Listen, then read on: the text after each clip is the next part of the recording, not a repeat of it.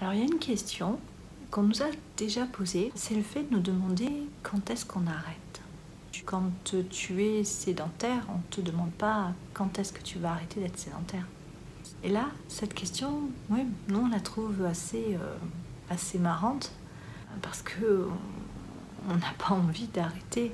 On n'a pas de date de retour non plus. On a une date de départ, puisque pour nous c'est notre quotidien, pour nous c'est notre mode de vie, c'est notre vie. C'est comme ça qu'on vit.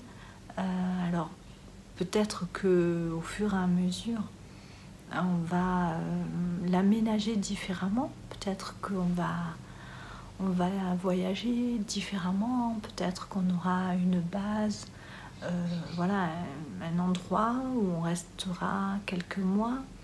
Et puis ensuite, on partira le reste de l'année et on bougera un petit peu plus souvent pour découvrir plus d'endroits. Alors peut-être qu'on adaptera notre mode de vie différemment par rapport à nos besoins à ce moment-là, nos envies. Mais on n'a pas l'intention en fait d'arrêter de vivre ainsi, de redevenir sédentaire. C'est une question qui est assez surprenante, je trouve. Mais je comprends qu'on la pose parce que pour beaucoup, on a du mal à s'imaginer qu'on puisse vivre ainsi sur du long terme.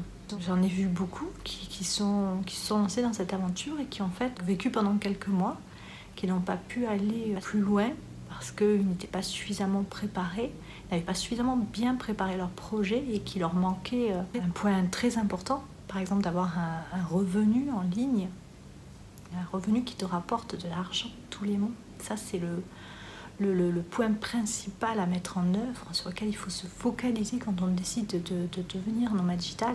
C'est cette activité en ligne, c'est ce revenu en ligne qu'il faut avoir avant de se lancer. Donc forcément, quand c'est pas vraiment mis en place et que tu pars sur tes économies ou tu pars en ayant un petit boulot comme ça mais qui est quand même encore assez précaire et que tu te retrouves sans argent et bon, tu es obligé de renoncer à ton mode de vie. Je pense que c'est aussi parce que certaines n'ont pas pu ou n'ont pas voulu aller plus loin dans ce mode de vie, qu'on s'imagine que c'est un mode de vie à court terme, qu'on ne peut pas faire ça toute sa vie.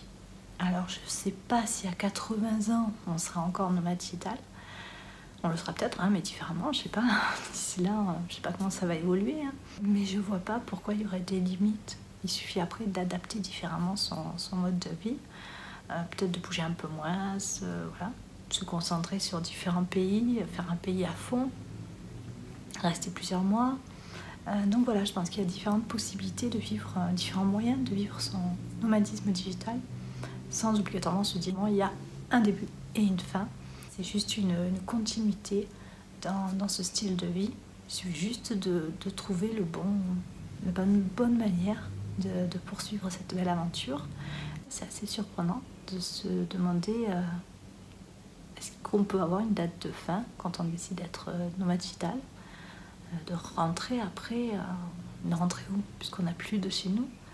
Donc oui, je trouve que c'est assez surprenant comme question, mais je comprends qu'on la pose, c'est vrai. Alors je ne sais pas si cela a pu t'éclairer un peu plus sur le fait de devenir nomade digital, en tout cas je l'espère.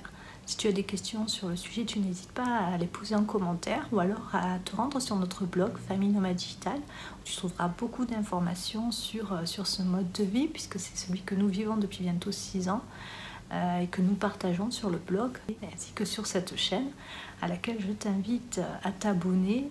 Je te laisse et on se retrouve très vite pour une nouvelle vidéo. Bye bye.